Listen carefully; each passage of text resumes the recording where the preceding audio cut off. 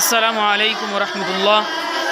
আমরা জানতে পারছি চট্টগ্রামের জনাব মোহাম্মদ জাগের সাহেব তিনি অসুস্থ হয়েছেন।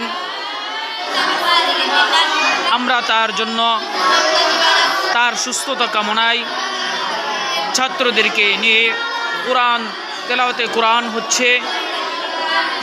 কোরআন করছি। আল্লাহ যেন তেলাওয়াতে কোরআনের উসিলায় পরিপূর্ণ সুস্থতা তাকে দান করেন, শেফে কামেলা আজলা নসিব ফরমান এবং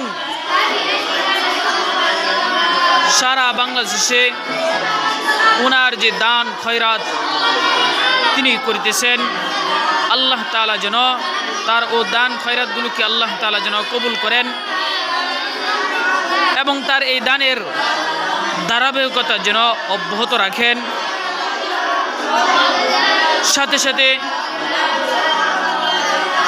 আমাদের মাদ্রাসা বিজগিরিপাড়া আশরাফুল উলুম কওমি মাদ্রাসা ও খাদিজাতুল কুবরা রাদিয়াল্লাহু আনহা মহিলা কওমি মাদ্রাসায় চলতি বছর 2025-এ দারুল হাদিস নির্মাণের জন্য তিনি ইট, সিমেন্ট এবং বেশ কিছু টাকাও দিয়েছেন। আল্লাহর ফজল ও করমে আমরা সেটার যথাস্থানে ব্যবহারও করেছি, ঘর নির্মাণের কাজে ব্যবহারও করেছি এবং তিনি আমাদেরকে আমাদের মাদ্রাসা মসজিদের ছাদ বাবদ প্রায় 20 লক্ষ টাকার একটা আশ্বাস দিয়েছেন। আমরা আশাবাদী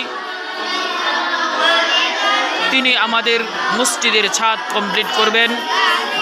আল্লাহ তাআলা যেন ওনার এই দানগুলোকে কবুল ও মঞ্জুর করেন, পরকালের নাজাতের জরিয়া বানিয়ে দেন এবং তার আত্মীয় স্বজনের মাঝে যারা অন্ধকার কবরে শায়িত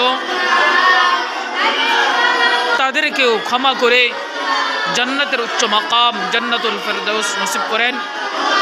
সর্বোপরি সর্বশেষ কথা হলো, আল্লাহ তাআলা যেন এই বেগুনা মাসুম বাচ্চাদের তেলাওয়াতে কোরআনের উসিলায় আল্লাহ যেন জনাব মোহাম্মদ জাগের সাহেবকে পরিপূর্ণ সুস্থতা দান করেন। আমিন সুম্মা আমিন।